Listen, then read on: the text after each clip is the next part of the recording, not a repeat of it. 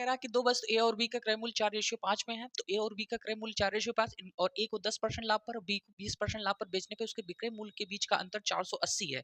तो दोनों वस्तुओं के क्रय मूल्य का 30% ज्ञात कीजिए। ऐसे क्वेश्चन को हम लोग बिल्कुल देसी टेक्निक से करते हैं। यहाँ पे देखिए सबसे पहले मान लीजिए ए है और ये बी है, इसका सीपी लिख लेंगे और इसका एसपी लिख लेंगे।